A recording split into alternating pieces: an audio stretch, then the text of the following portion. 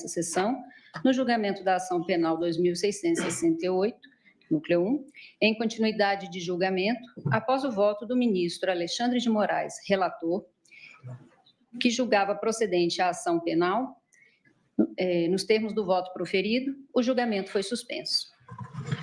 Não havendo objeção, declaro aprovada a ata. Apregoo para continuidade de julgamento a ação penal número 2668 e passo de imediato a palavra ao ministro Flávio Dino para proferir o seu voto. Senhor presidente, cumprimento Vossa Excelência pela condução serena e gentil, como é seu estilo pessoal, dos trabalhos dessa turma. Também homenageio o eminente relator, ministro Alexandre, pela dedicação, desde fatos pretéritos até esse momento de julgamento, relatório, voto, permitindo uma reflexão de muita qualidade para todos os demais membros da turma. Saúdo a Procuradoria-Geral da República, o professor Dr. Paulo Gonet, os senhores advogados, advogadas aqui presentes, que cumpriram os seus deveres com muita qualidade, com muita seriedade e com muita deferência ao tribunal. E isso é de altíssima importância, porque demonstra a absoluta congruência desse julgamento com o devido processo legal. Minha professora Carmen Lúcia, meu professor Fux, pessoas que eu admiro há muitos anos, também sintam-se abraçados e homenageados.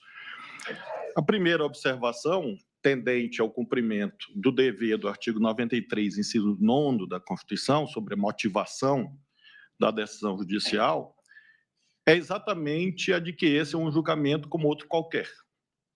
Tecnicamente, esse é um julgamento que se processa segundo regras vigentes no país, de acordo com os mandamentos do devido processo legal, fatos e provas nos autos, e em termos isonômicos, em relação a centenas, milhares, dezenas de milhares, centenas de milhares, milhões de ações penais que o Supremo Tribunal Federal já julgou.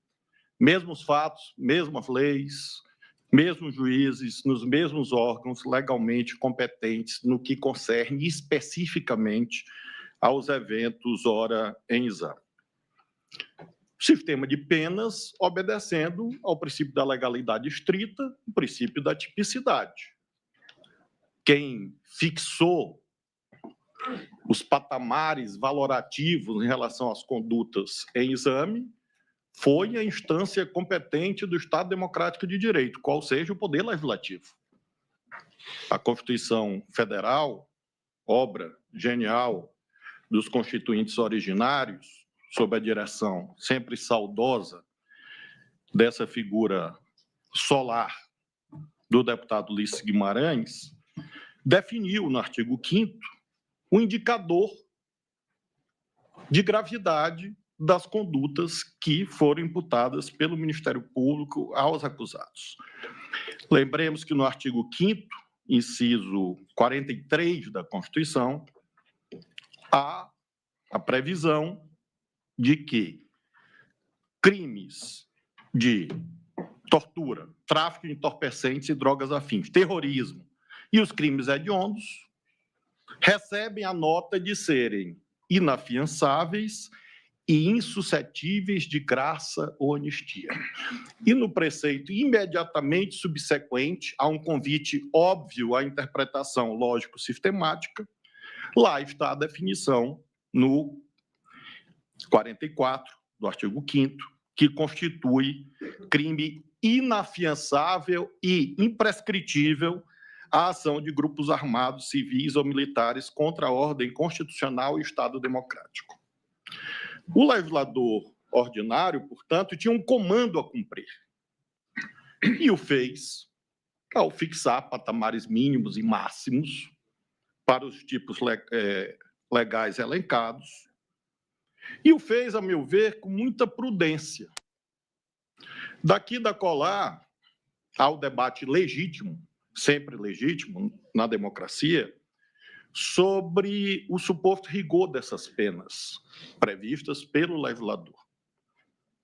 Senhor presidente, eu sou daqueles que acredito que o direito penal e o direito, de um modo geral, não é o caminho idôneo a resolver todos os problemas da humanidade. Seria uma contra-utopia. Mas, sabemos bem, o direito penal é uma última ratio de tutela dos bens fundamentais da sociedade. Nós temos normas no direito penal, no Código Penal vigente, sobre os crimes contra o patrimônio. Esses crimes ditos contra o Estado Democrático de Direito recebem do legislador uma dosimetria similar aos crimes contra o patrimônio. Furto qualificado. Roubo. Que não acredito que nenhum dos presentes pode dizer, com toda a dignidade que o direito de propriedade tem, indiscutivelmente, que ele se situa num escalão axiológico superior ao próprio Estado Democrático de Direito, sem o qual não existe direito de propriedade. Lembremos que a pena de furto qualificado, por exemplo, com emprego de chave falsa, é reclusão de 2 a 8. Lembremos que a pena de roubo é 4 a 10, violência, grave ameaça, 4 a 10. Então, se nós olharmos sob essa ótica, a dosimetria abstrata posta pelo legislador subconstitucional é bastante razoável, uma vez que o direito atinente ao cumprimento das regras democráticas não está num patamar inferior ao direito de propriedade. Nós temos uma moldura, portanto, para esse julgamento, de absoluta normalidade no que se refere aos critérios técnicos. Esse, portanto, não é um julgamento excepcional, ele não é um julgamento diferente do que nossos colegas magistrados fazem pelo país afora. E, por isso, meu voto, sobretudo, é um voto de lógica aristotélica, de premissas e conclusões, subsunção, vou descrever a moldura jurídica e os fatos, que, como magistrado, me cabe valorar como incidentes na previsão legal abstrata. O que torna esse julgamento, eminente relator, digno, e digno mesmo de um debate público, aqui, agora e no futuro, são fatores extra-autos, que em nada impactam o desfecho desse julgamento. Há argumentos de natureza ad hominem, argumentos pessoais, agressões, coações, ameaças até de governos estrangeiros, não são assuntos que constituem matéria decisória. Quem veste essa capa tem proteção psicológica suficiente para se manter distante disso. E talvez por isso vista a capa, como sinal de que esses fatores todos extra-autos não interferem, e não interferem mesmo. Portanto, não há nos votos, e no voto que vou proferir, nenhum tipo de recado, mensagem, backlash, nada desse tipo. O que há é o exame estrito daquilo que está nos autos. E que bom que esse julgamento é tão criticado antes de acontecer, durante e depois. A única coisa que, como brasileiro, espero que as críticas sejam lastreadas nos autos. Não haja a transformação de um julgamento técnico um artefato midiático a mais de mera luta política, repito, externa ao Supremo. E a história do Supremo mostra isso. O Supremo já julgou políticos de todas as posições partidárias e ideológicas. Outro dia, julgou Mensalão. E isto foi um fato ordinário na trajetória do Supremo. Esse tribunal negou habeas corpus ao atual presidente Luiz Inácio Lula da Silva. E parece que numa abordagem clubística, e que eu lamento profissionais do direito às vezes adiram, quando o árbitro de futebol marca o pênalti para o meu time, ele é o melhor do mundo. Se ele marca para outro time, ele passa a ser o pior do mundo. Só que o árbitro é o mesmo e as regras as mesmas. E isto, portanto, se presta a mostrar que não há julgamento aqui de uma posição política A ou B, até porque outros eventos. E há investigações aqui com políticos de todos os partidos e são conduzidas de modo igualitário. A última observação à guisa de introdução é de que esse julgamento não é um julgamento das Forças Armadas. A soberania nacional exige Forças Armadas fortes, equipadas, técnicas e autônomas. Lamentamos que haja, obviamente, que todas as corporações e profissões civis e militares, pessoas que estão sujeitas a este julgamento, mas não se cuida de um julgamento sobre as Forças Armadas, mas, lembremos, a função preventiva geral do direito penal também incide no caso. Não é normal que a cada 20 anos, como o eminente ministro relator lembrou, e outro dia o presidente Luiz Roberto Barroso lembrou no plenário, também o ministro decano, Gilmar Ferreira Mendes, nós tenhamos eventos de tentativa ou de ruptura do tecido constitucional. Então, creio que, para muito além do julgamento criminal que nos cabe, não há dúvida que as considerações que constam da denúncia, das defesas, do julgamento, devem se prestar a uma reflexão do conjunto das instituições de Estado para que elas se mantenham isentas e apartidárias. Isso é algo fundamental e friso, não só as Forças Armadas. Todas as instituições de Estado se mantenham isentas e apartidárias. Os acampamentos nas portas dos quartéis jamais aconteceram. E eu espero que jamais voltem a acontecer, inclusive fruto da função preventiva geral do direito penal. Assim também como eu espero que nenhum militar vá para converscotes partidários, utilizando a farda para, por exemplo, tecer considerações desairosas a tal ou qual posição política. Qual o direito aplicável ao caso?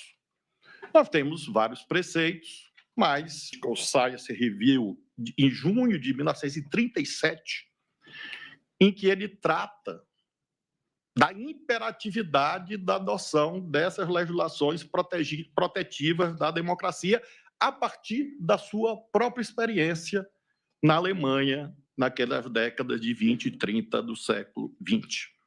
Não vou cansá-los com leituras, mas apenas 2 trechos de Lowenstein.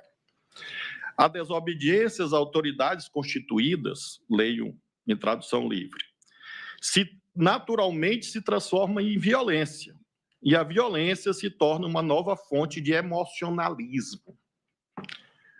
Os conflitos com o Estado, inevitáveis quando essa fase de agressividade ativa é alcançada, aumentam o sentimento comum de perseguição, martírio, heroísmo e vida perigosa, tão intimamente relacionado à violência legalizada como se fosse uma guerra.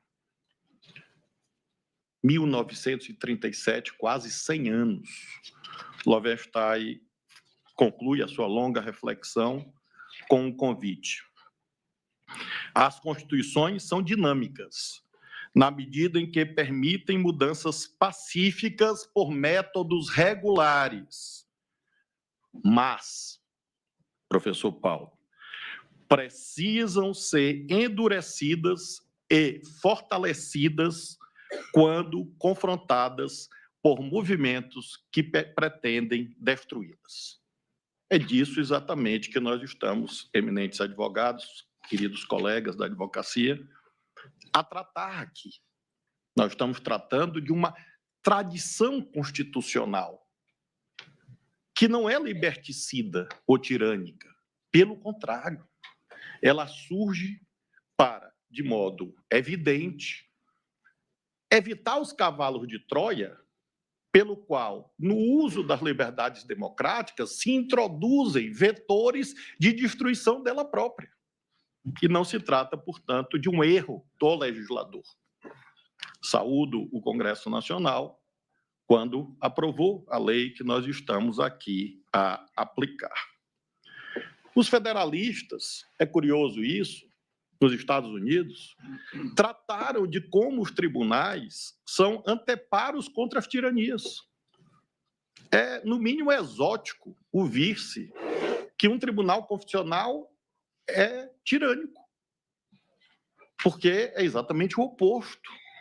Quem vai à literatura liberal do final do século XVIII vê exatamente de onde nasce o material pelo qual se constitui o controle de constitucionalidade a partir do início do século XIX, na Suprema Corte dos Estados Unidos. No pós-Segunda Guerra, o que nós estamos aqui vivenciando se consolidou na Europa Ocidental. Tribunais constitucionais, constituições rígidas, cláusulas pétreas, desdobramento do plano penal, tanto é que praticamente todos os países democráticos do mundo, cito Estados Unidos, cito Alemanha, contêm legislações bastante similares a essas que nós estamos aqui a aplicar. As leis anteriores no nosso país previam já a técnica que nós estamos aqui a aplicar.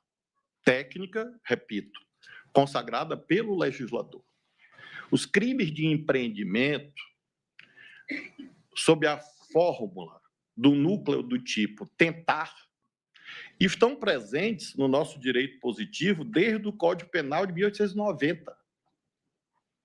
Se nós formos ao artigo 115 do Código Penal de 1890, crimes contra a existência política e segurança interna da República.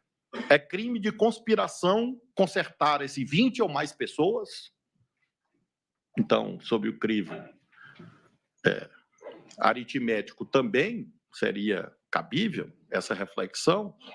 E aí vem os parágrafos. Parágrafo 1º, tentar. Parágrafo 2º, tentar. Parágrafo 3º, tentar. Parágrafo 4º, opor-se. Crimes de empreendimento. E não crimes naturalísticos a exigir resultados. Do mesmo modo, na Lei 38, de 1935, crimes contra a ordem política. Artigo 1º, tentar. É o núcleo do tipo. Faço essa lembrança porque parece que o legislador andou mal. Não, ele repetiu uma técnica internacional e técnica secular no direito brasileiro.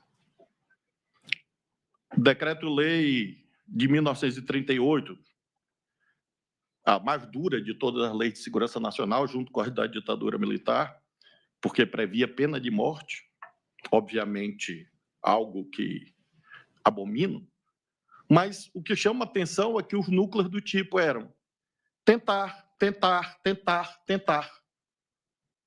Sempre. E vamos lá, a Lei 1802 de 53, plenitude do regime democrático, artigo 2º, tentar. O preceito começa assim, tentar. E todas as outras leis, até a vigente. A Lei de Segurança Nacional de 78, a Lei de Segurança Nacional já dos estertores da ditadura militar, em 83, artigo 17, tentar mudar. Então, esse diploma que o Congresso nos entregou para aplicar é consentâneo com toda essa história do direito constitucional, com as construções vigentes no nosso país há mais de um século. Esses tipos penais têm algumas outras características que são importantes. As menciono para justificar a conclusão a qual chegarei. Esses tipos penais são insuscetíveis de anistia, de modo inequívoco. Nós tivemos já muitas anistias no Brasil, certas ou não nos cabe esse juízo. Nós não somos um tribunal da história, nós somos o tribunal do direito positivo aos fatos concretos existentes. Mas é certo que jamais houve anistia feita em proveito dos altos escalões do poder. Nunca. Nunca a anistia se prestou a uma espécie de autoanistia de quem exercia o poder dominante. E o nosso plenário já teve a oportunidade de se pronunciar sobre isso, quanto ao descabimento de anistia. E faço essas observações para nós compreendermos os tipos penais que nós estamos tratando, inclusive por deferência aos outros poderes do Estado. A DPF 964. Leio o trecho do voto do ministro Alexandre de Moraes. Trata-se, portanto, de uma limitação constitucional implícita, assim como é uma limitação constitucional implícita a concessão de indulto contra crimes atentatórios ao Estado democrático. Voto do ministro Alexandre. Voto do ministro Gilmar, analisando indulto, igual, nesse caso, a anistia, ato de soberania de clemência. Ministro Gilmar, nesse julgamento recentíssimo do plenário, no contexto de uma campanha errática de deslegitimação dos poderes constitucionais, é descabida a concessão de indulto. Ministro Luiz Fux, eminente colega de bancada, abro aspas, crime contra o Estado democrático de direito é um crime político e impassível de anistia, porquanto o Estado democrático de direito é uma cláusula pétrea, que nem mesmo o Congresso Nacional, por emenda, pode suprimir. Ministra Carmen Lúcia. Ela assinala que um indulto, anistia, resultaria na mensagem indevida a detratores da democracia e a Constituição de que eles poderiam continuar a praticar os crimes. Então, não seria um indulto anistia, seria uma espécie de salvo-conduto para o futuro. Ministro Dias Toffoli, e eu colacionei voto de todos os colegas, mas esse é o último que leio. Dito de outro modo, diz Toffoli, não vislumbro coerência interna em ordenamento jurídico constitucional que, a par de impedir a prescrição de crimes contra a ordem constitucional, letra expressa da Constituição, como mencionei, possibilitaria o perdão constitucional aos que forem condenados por tais crimes. Pergunto, Toffoli, que interesse público haveria em perdoar aquele que foi devidamente condenado por atentar contra a própria existência do Estado democrático, de suas instituições e institutos mais caros? E todos os eminentes pares se sintam referidos, claro que eu não vou mencionar aqui todos os votos, mas apenas para dizer que esses crimes já foram declarados pelo plenário do Supremo Tribunal Federal como insuscetíveis de indulto, anistia, portanto, dessas condutas políticas de afastamento ou de extinção da punibilidade. Esses crimes, a meu ver, data vênia, dos pensamentos em contrário, não têm abstratamente uma relação de consunção ou de absorção, até porque, tecnicamente, a relação de absorção e consunção é, sobretudo, fática. Fática a partir de premissas. Qual a premissa, a meu ver, que é decisiva? Nestes casos, o eminente relator demonstrou na parte da manhã, um tipo só geraria desproteção ou dizendo, sob a ótica do princípio da proporcionalidade, proteção insuficiente a bens jurídicos fundamentais. O desvalor de uma conduta não absorve o desvalor da outra. Até porque, materialmente, neste caso que estamos a julgar, houve condutas direcionadas a ambos os tipos penais. O ministro Alexandre já demonstrou isto à exaustão, e apenas sintetizo. Não há, nesse caso, que estamos julgando aqui, segundo a prova dos autos, delito meio, delito fim. E, portanto, não há consunção. Falso estelionato. O falso é o caminho por estelionato. Se o falso se exaure no estelionato, uma relação de consunção. Ok, crime meio, crime fim. Neste caso, se a pessoa quer intervir no Poder Judiciário, ela não está depondo o governo legitimamente eleito. E se, por hipótese, os já condenados por esse tribunal do dia 8 de janeiro tivessem invadido apenas o Palácio do Planalto? Eles queriam depor aquele governo. Mas preservaram o Supremo, preservaram o Congresso? Não, não foi isso que aconteceu. Era uma incursão contra o Estado Democrático de Direito e também, por isso não havia crime meio, crime fim, e sim duas condutas com desvalor que merece ser mensurado, porque não há irrelevantes penais a serem sugados por um crime que os absorva, sob pena, repito, de proteção insuficiente a bens jurídicos fundamentais. Esses crimes oferecem um desafio quanto ao estándar probatório. Os estimados advogados, pelas quais tenho muito respeito, muita deferência pessoal, se dedicaram a isso desde o recebimento da denúncia, e se dedicaram com justa razão. Lembro, contudo, que as sustentações orais têm um elemento que as uniu. Não há esforço conducente a infirmar a materialidade. Não. Praticamente, os fatos são incontroversos quanto ao que empiricamente ocorreu no nosso país. Houve, sobretudo, buscas de negativas de autoria. O escalão inferior diz, não, isso era no escalão superior. O escalão superior diz, não, isso era no escalão inferior. E, evidentemente, nenhum dos colegas advogados desbordou disto. Não há espaço, portanto, para qualquer outro raciocínio que não a busca de autoria nesse conjunto em que houve a imputação dos fatos materialmente incontroversos. Prova acima de qualquer dúvida razoável. Ou seja, a dúvida tem que ser razoável. Não se exige foto para condenar alguém por estupro, porque provavelmente nunca existiria condenação por estupro. Não se exige recibo para condenar alguém por corrupção. Nesses tempos que vivemos, até já há corrupção por recibo. Mas, infelizmente, eu lamento como brasileiro. Mas, tirando essas hipóteses estranhas que nós vivenciamos, normalmente não há. E você busca, a partir do conjunto indiciário, indícios vários e concordantes, constitui prova, mesmo do direito penal.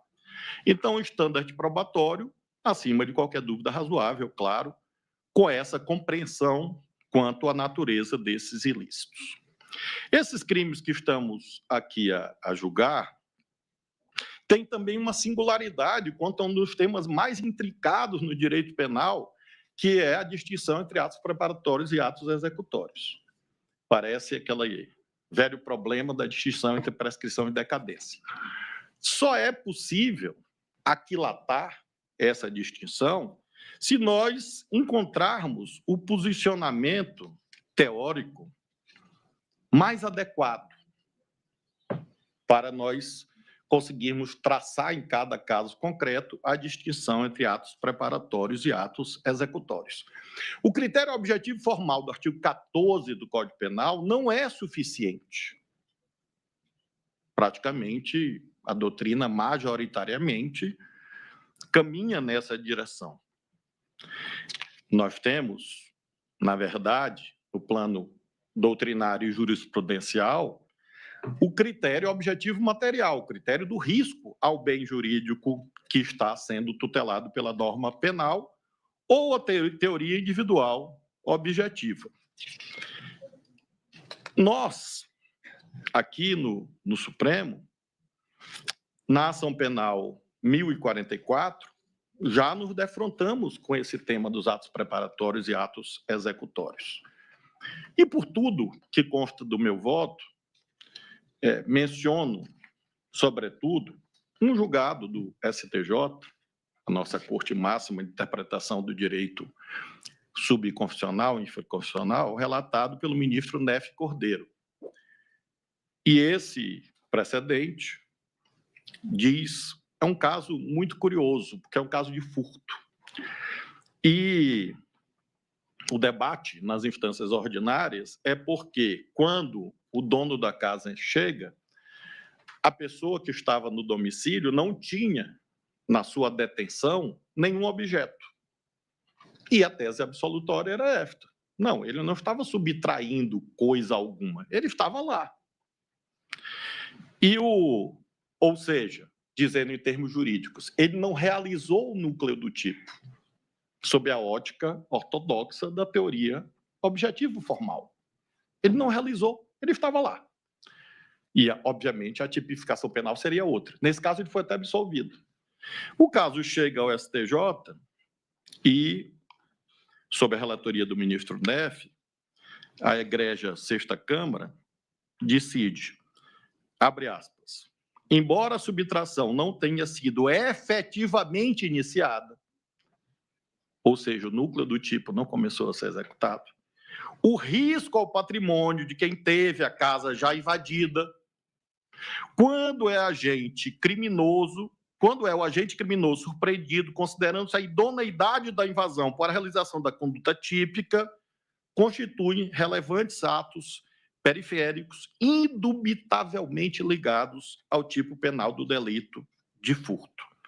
Os atos externados na conduta do agente, extraídos das premissas fáticas delineadas no acórdão, friso, atos externados.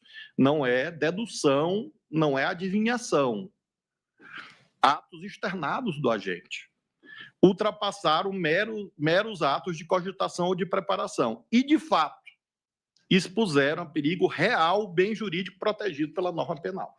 E, neste caso, o relator cita outros precedentes do STJ, cita a doutrina de um dos ilustres penalistas aqui presentes, o professor César Roberto Bittencourt, citado no voto, no sentido de que, abro aspas, leio, há entendimento de que a teoria objetivo formal necessita de complementação, pois, apesar de tê-la adotado e de o Código afirmar que o crime se diz tentado, com iniciada a execução, etc., o artigo 14, existem atos tão próximos e quase indissociáveis do início do tipo que merecem ser tipificados.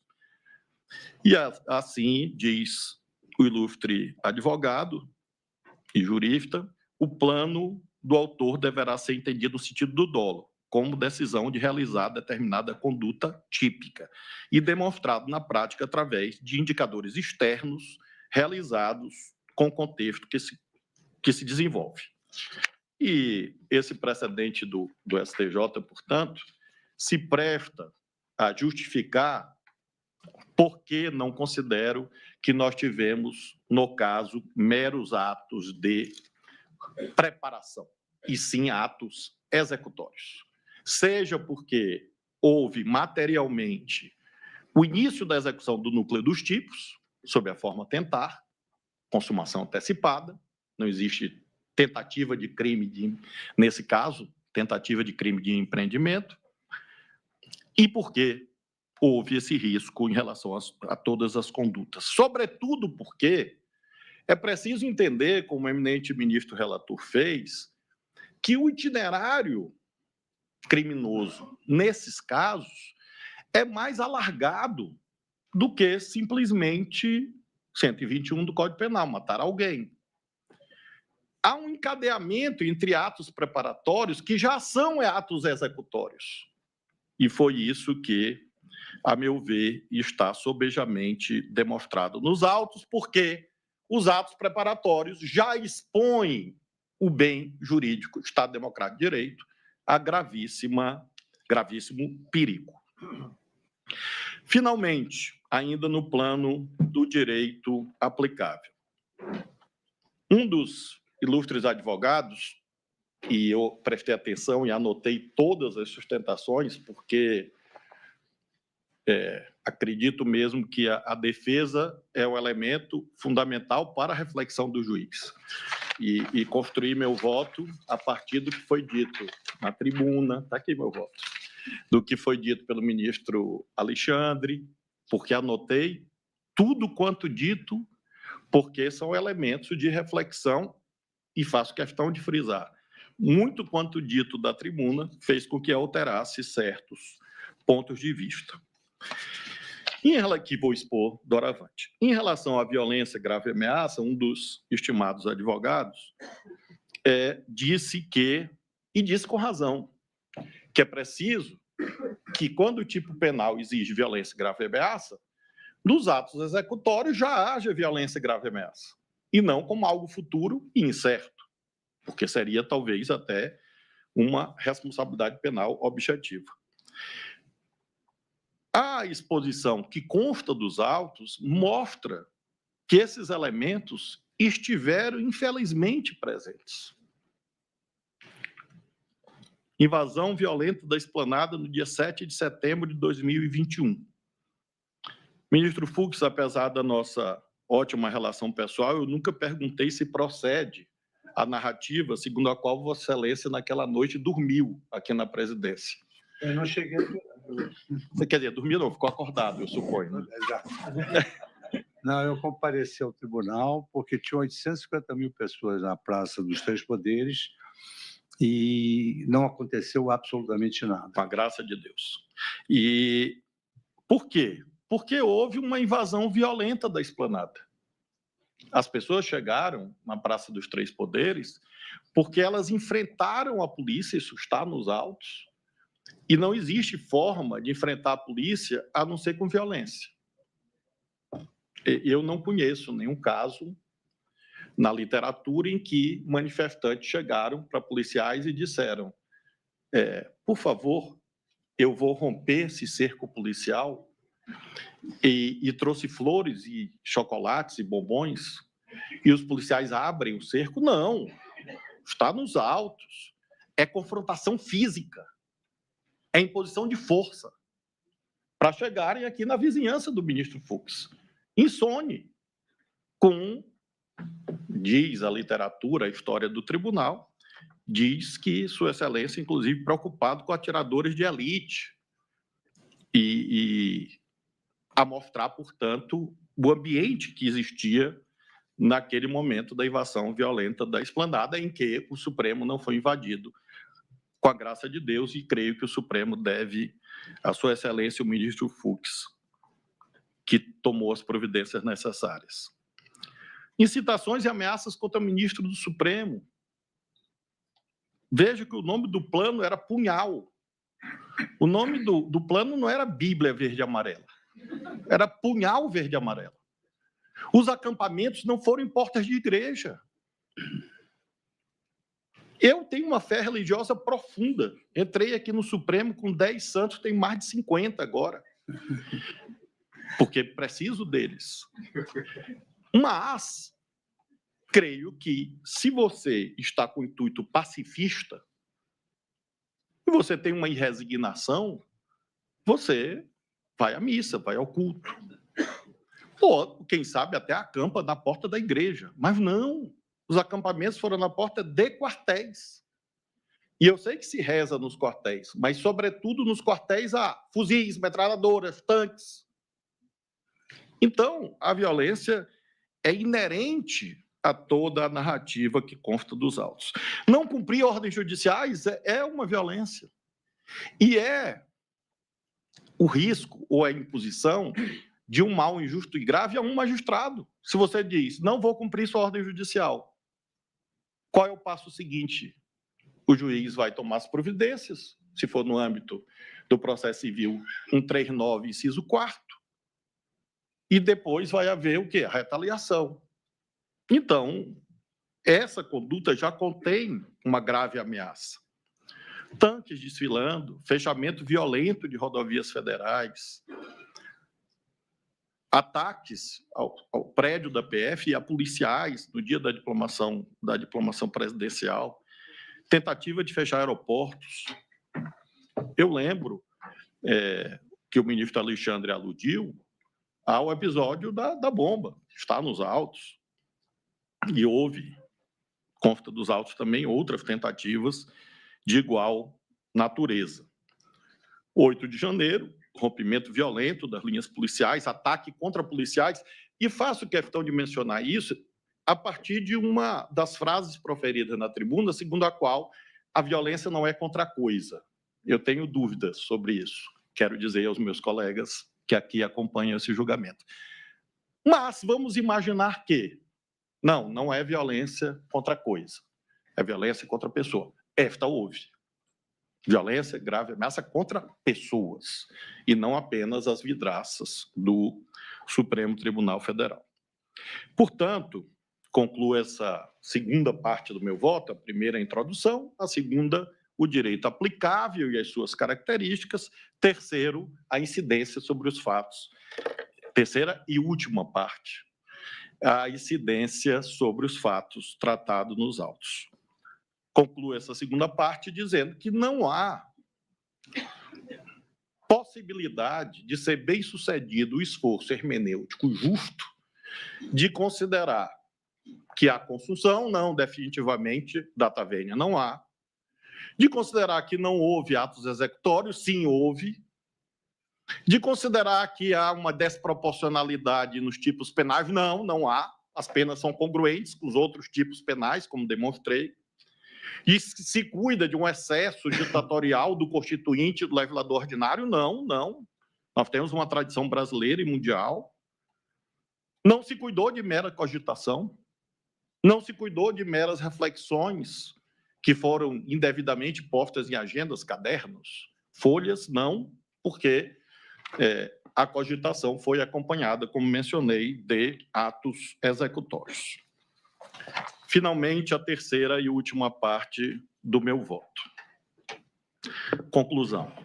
Sobre as preliminares. A sustação feita pela Câmara dos Deputados é direito excepcional e, portanto, como bem sabemos, exige interpretação estrita ou restritiva, de modo que não há espaço para se considerar que aquela sustação produziria efeitos ao ponto de infirmar integralmente a acusação contra o réu Ramagem. Afafto, portanto, e creio que a decisão já encontrada quando o recebimento da denúncia é a decisão adequada. Não vejo, procurei o cerceamento de defesa, e, ministro Alexandre, é curioso porque durante, pelo menos o período em que aqui estou, quase 2 anos, sempre houve essa ideia dos inquéritos que nunca terminam, os inquéritos que são muito lentos. E agora nós temos o diametralmente oposto, as ações penais que são rápidas demais. Mas por que eu faço alusão a isso? Porque nos inquéritos,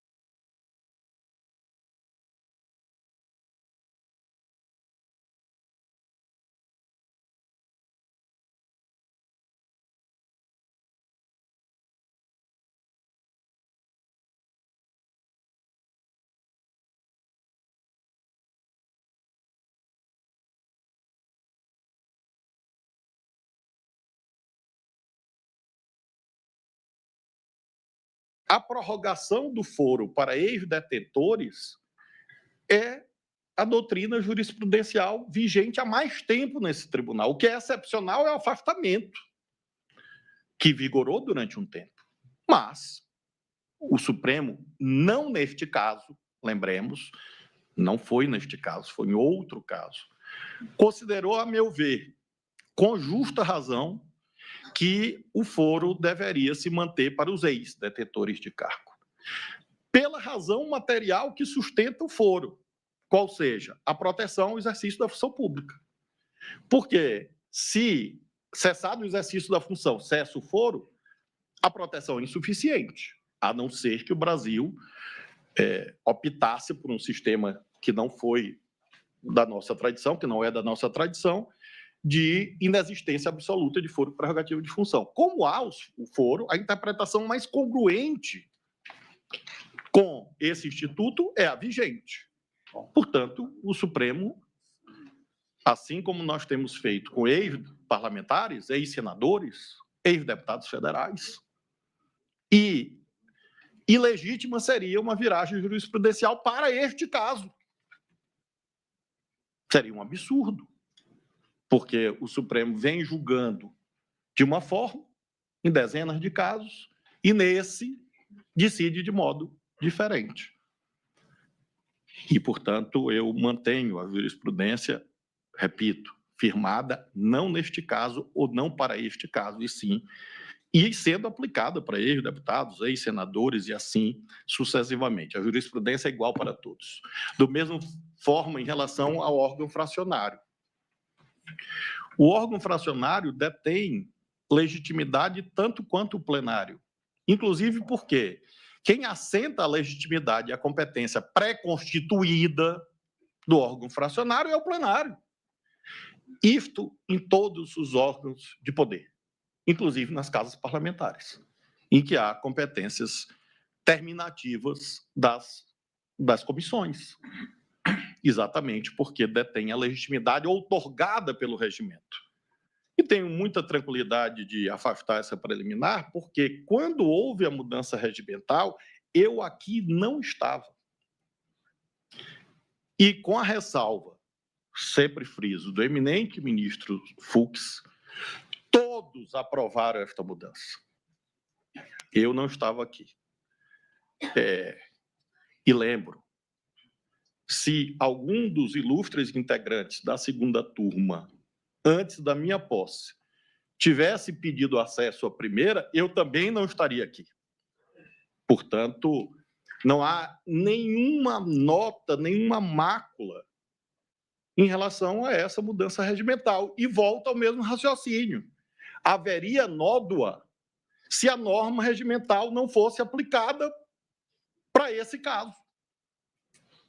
Isto sim que seria estranho, já que outras centenas de pessoas foram julgadas e têm sido julgadas, tanto na primeira como na segunda turma, na vigência dessa norma regimental. E, portanto, não há razão para essa preliminar sobre incompetência. Tampouco há sobre os temas atinentes ao sistema acusatório. O juiz, disse o ministro Alexandre, não é uma samambaia. Eu achei uma alusão muito simpática e poética. Uma samambaia jurídica. Uma samambaia jurídica. Eu achei, até porque a samambaia é uma planta frágil.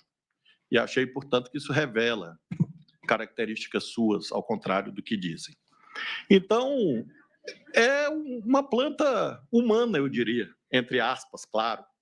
É uma planta humanizada, convive nos lares, nos jardins. Ora, tradicionalmente, o que a doutrina diz? O juiz não é um convívio de pedra, nem no processo civil, nem no processo civil. O juiz comparece no processo civil com deveres, que estão no artigo 139 do Código de Processo Civil. Não existe um único modelo de sistema acusatório no mundo. É falsa essa díade de que é inquisitivo ou acusatório. E se é acusatório, é bom. Se é inquisitivo, é ruim. Onde que está escrito isso? Que nós temos experiências internacionais. Na Alemanha, você tem um modelo em que o juiz comparece à produção probatória. E o sistema é acusatório, como no Brasil. Então, não é porque o juiz faz pergunta que o sistema acusatório está sendo violado.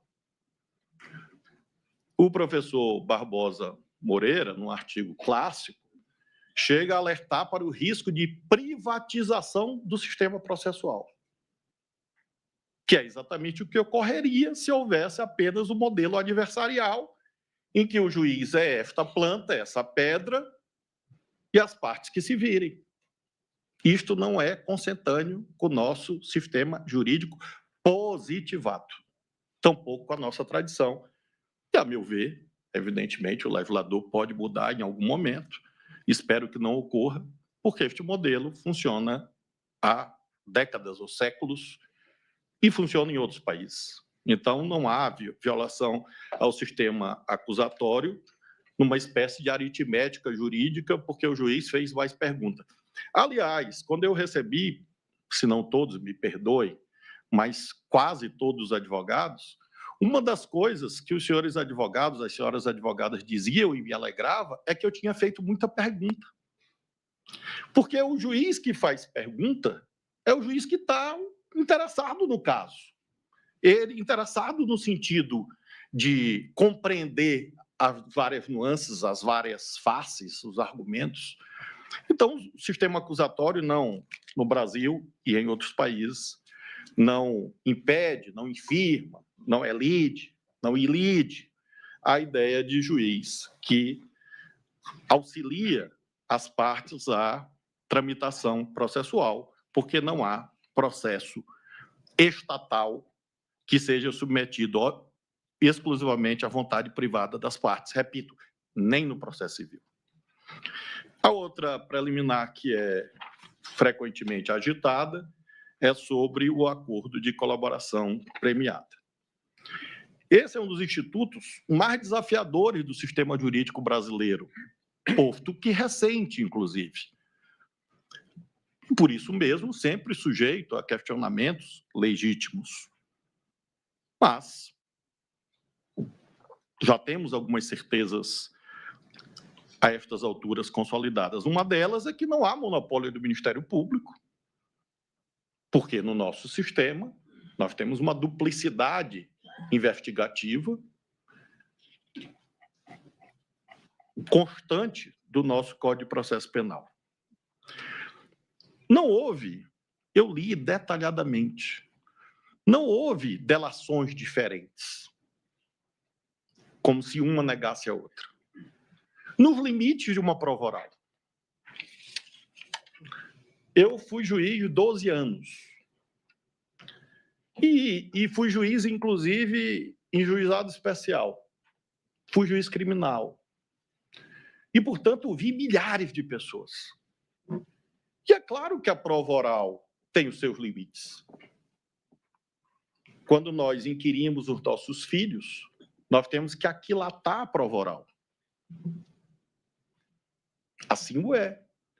Então, neste caso, não é porque houve uma outra diferença. Eu lembro que houve uma abordagem sobre onde Braga Neto teria entregue o dinheiro para Mauro Cid. Não, foi na garagem, foi na biblioteca, ou foi na piscina do Alvorada. Os 3 lugares são contíguos. Provavelmente eles cabem nessa sala. Claro que eu fui lá. Então, aqui é a garagem, você anda alguns passos, ali está a biblioteca, e você anda outros tantos passos, aqui está a área da piscina. Essa diferença é suficiente para dizer que não há credibilidade alguma no quanto dito? Me parece que não. É uma diferença razoável em relação aos limites, repito, da mente humana.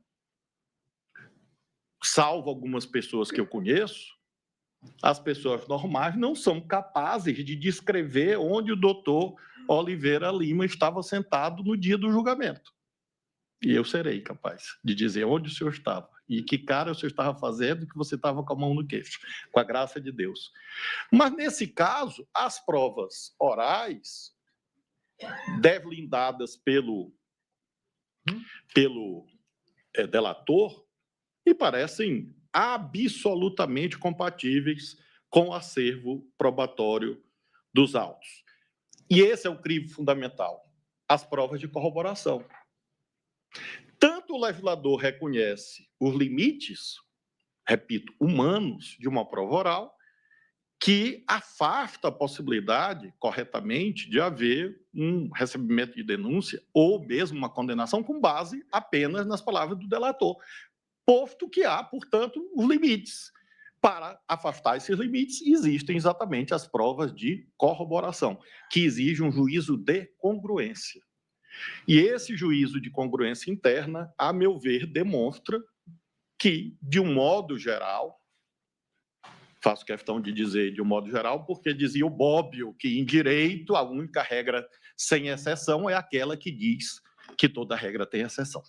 Então, é óbvio que é possível pensar dos vários depoimentos do relator, uma ou outra inconsistência, mas sistemicamente e cotejando-as com as provas de corroboração, nós encontramos um acordo de colaboração premiada válido, suficiente para sustentar um juízo condenatório em face, repito, das provas de corroboração. Concluo, senhor presidente, analisando as condutas de per si, para justificar o que direi ao final. Alexandre Ramagem. Alexandre Ramagem, já houve a lembrança pelo eminente relator, quanto aos atos conducentes à deslegitimação da justiça eleitoral. E friso, não é deslegitimação das urnas. É deslegitimação, aí cabe o raciocínio.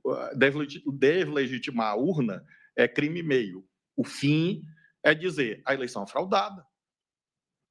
Se fosse a urna, já era, nesse caso, já havia esse intuito de chegar a um resultado. É como a história da sala escura do TSE. E eu tinha muito medo de um dia chegar ao TSE e ter que ir nessa sala escura. Ainda bem que o ministro Alexandre esclareceu que ela não existe. Mas essas histórias de sala escura, código-fonte, tinham um escopo que não era discutir a tecnologia. Esta é boa, esta não é. Era dizer, este ente estatal, este poder do Estado, é fraudador da vontade popular.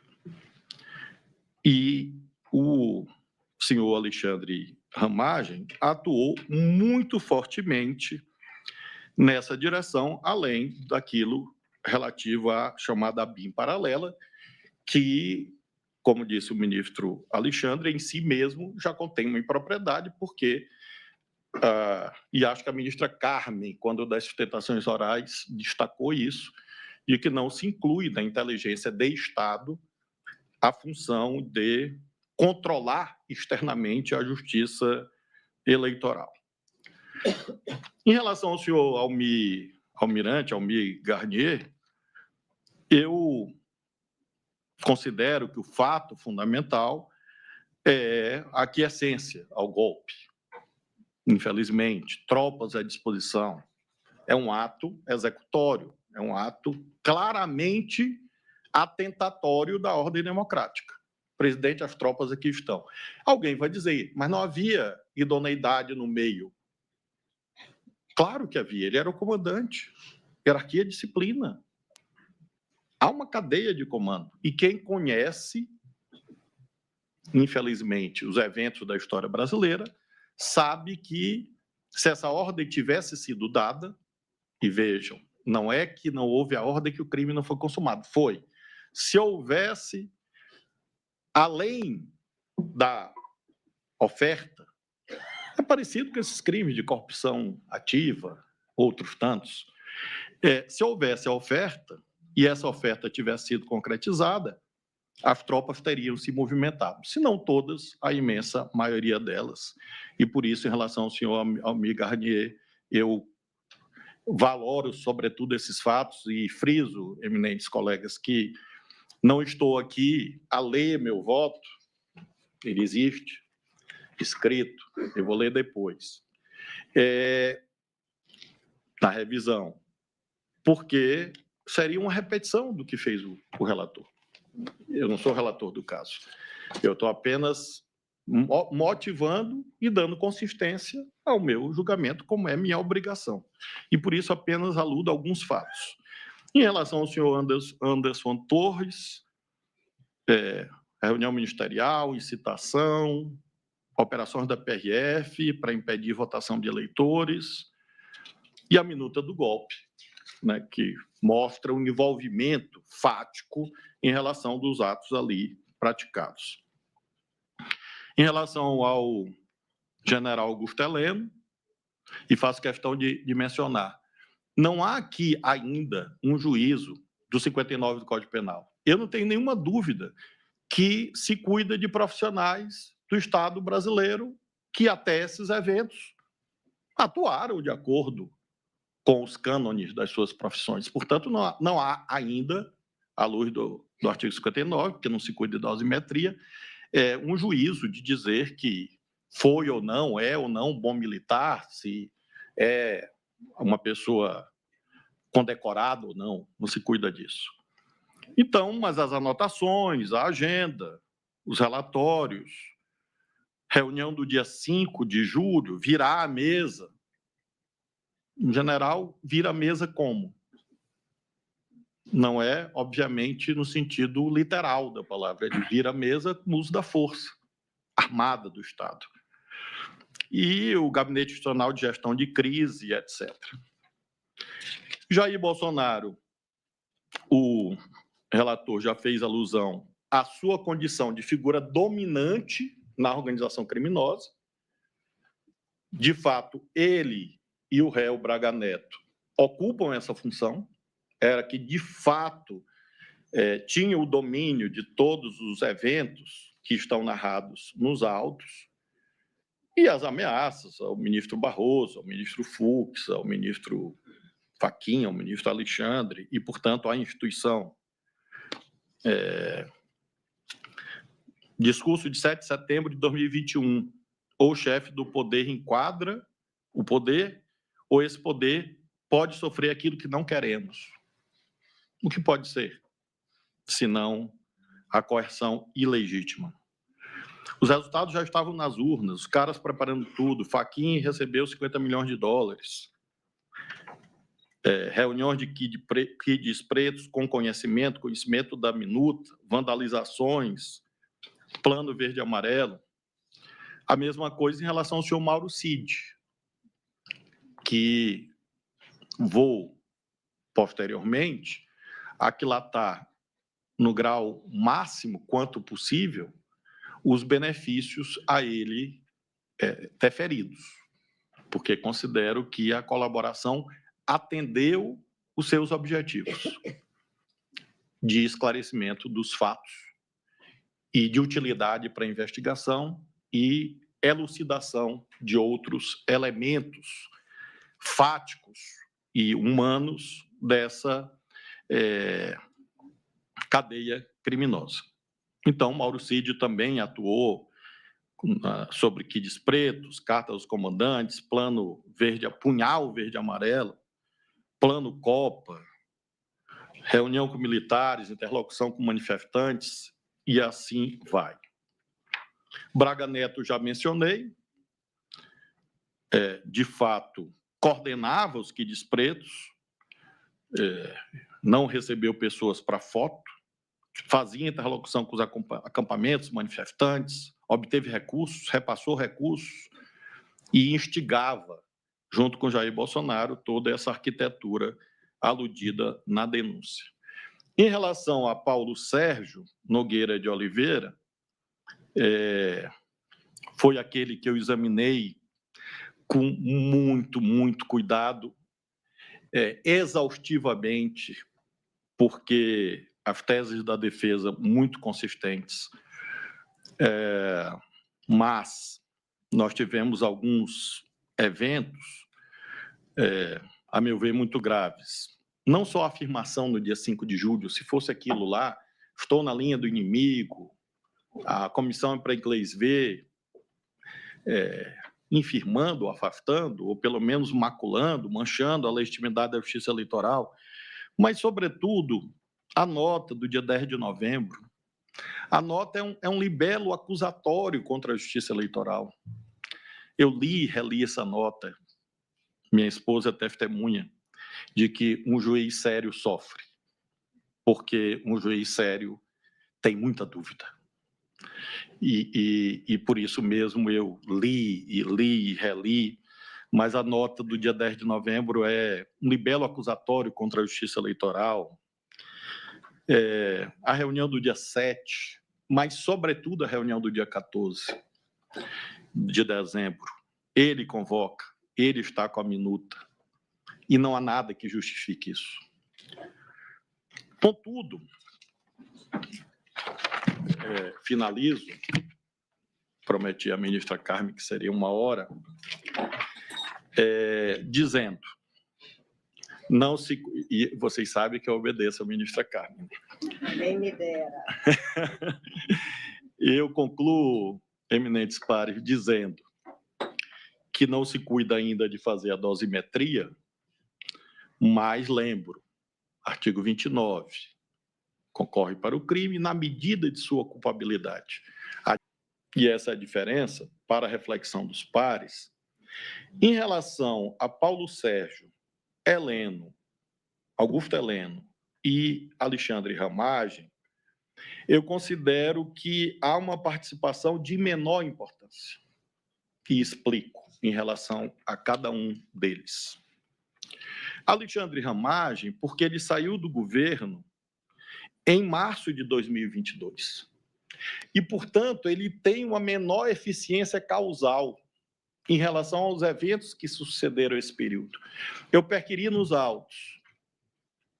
Quando que Ramagem volta aos atos executórios dessa empreitada criminosa? Não achei.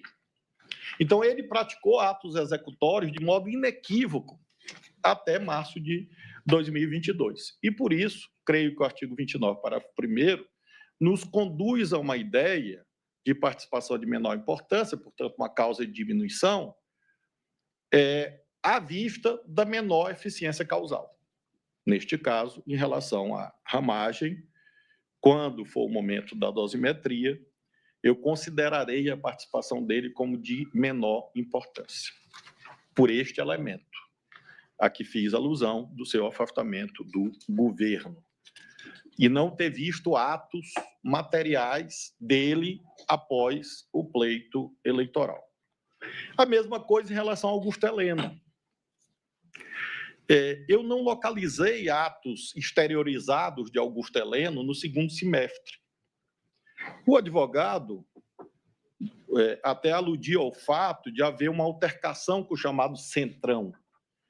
Ele não cantou, graças a Deus, mas, de fato, o Augusto Heleno, salvo engano, é aquele que cantava uma musiquinha rimando ladrão com centrão, ou centrão com ladrão, algo assim. Então, a tese é plausível, de que, a tese é agitada na tribuna, de que houve essa participação de menor importância, porque não houve atos exteriorizados de Sua Excelência no segundo semestre. O nome dele estava no Gabinete Institucional de Gestão de Crise? Sim. Mas uma coisa que me chamou a atenção, estimados colegas, estimada colega Carmen, é que ele não participa das reuniões.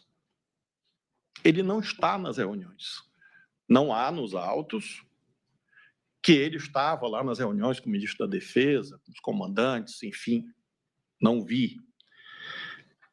E, a meu ver, isso também indica uma menor eficiência causal dele a partir de um certo momento. Se foi por conta do Centrão, se foi por conta de problemas pessoais, políticos, pouco importa. É um juízo objetivo. Há atos exteriorizados de Augusto Heleno no segundo semestre, quando se deram os eventos, digamos, principais da trama que nós estamos a julgar? Não localizei. E, finalmente, em relação ao general Paulo Sérgio. Aqui é um juízo um pouco mais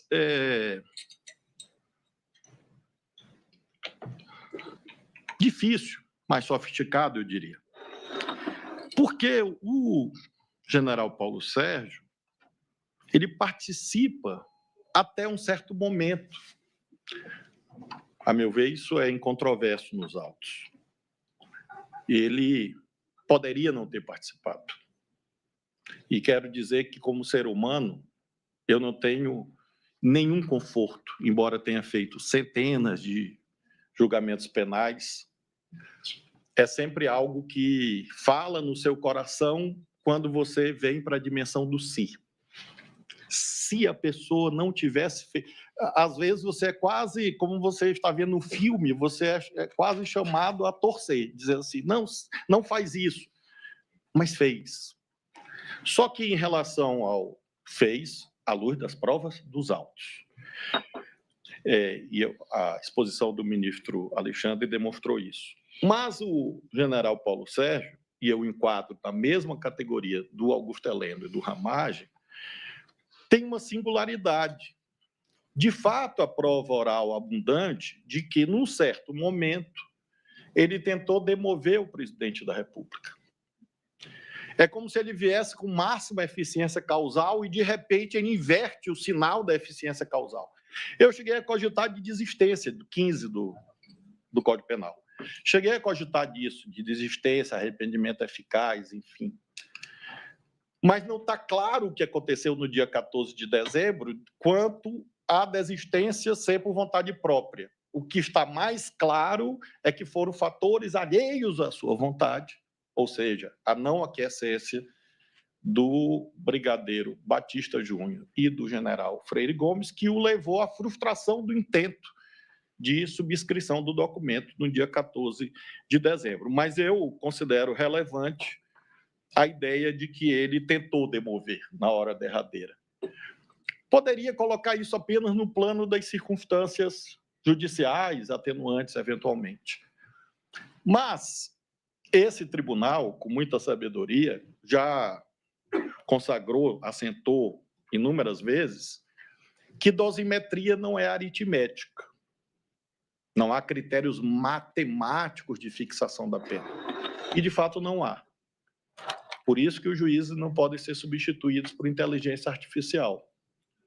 Porque, se fosse matemática, daqui a pouco nós teríamos este mundo caótico em que os julgamentos são destituídos de análise equânime, equitativa, humana, que deve presidir qualquer julgamento de uma pessoa que julga o seu semelhante. Então, eu não sou um ChatGPT, nem quero ser. E, por isso mesmo, considerei que apenas em relação a esses três réus, definir essa participação de menor importância no plano do 59 ou das atenuantes seria um juízo que conduziria a uma reprovabilidade fática, material, a uma pena mais alta do que a minha, porque quando da dosimetria, eu vou apresentar, à luz do que o relator propuser, algo consentâneo com esta minha visão de que há patamares diferentes de culpabilidade e nos cabe encontrar técnicas que conduzam a um julgamento técnico e justo. E é isso que eu concluo reivindicando, que haja críticas ao Supremo, não há dúvida. Que bom que há. Nós crescemos com elas, desde que sejam críticas que não visem exterminar o Supremo. Críticas que visem, por exemplo, estigmatizar seus julgadores ou as suas famílias. Isso não é leal. Um profissional do direito que acompanha os autos, acompanha a dinâmica, tem todos os motivos e as razões para criticar tudo quanto aqui dito. Porque há zonas de controvérsia em relação, por exemplo, a vários dos elementos que aqui disse. Mas não há razão para acreditar que o Supremo é composto por juízes que querem praticar vingança ou serem ditadores, porque não é a tradição do Supremo. E quem chega aqui, chega com o seu patrimônio de experiências, com a sua trajetória, mas chega com um dever inscrito no peso da institucionalidade. Nós sabemos o tamanho dessa cadeira. E ninguém aqui, dos que presentes, claro, está aqui para trazer nódoas a essa elevada tradição do Supremo. Como disse no começo e finalizo, o Pateta ele aparece com mais frequência, né, nesses eventos todos. Então, nós estamos aqui, e é isso que o presidente conclui dizendo, fazendo o que nos cabe, cumprindo o nosso dever. Isso não é ativismo judicial, isso não é tirania, não é ditadura. Pelo contrário, é a afirmação da democracia que o Brasil construiu sob o palio da Constituição de 88. É como voto, senhor presidente. Acompanhando o relator com afastando as preliminares para facilitar a vida da secretária da sessão. Afastando as preliminares, acompanhando o relator quanto ao juízo condenatório que fez, com a ressalva de participação de menor importância para os réus Alexandre Ramagem, Augusto Heleno e Paulo Sérgio. Muito obrigado. Agradeço, ministro Flávio Dino. Hoje tivemos já 2 votos densos, do eminente relator e agora do ministro Flávio Dino. São 17 horas e eu consulto a ministra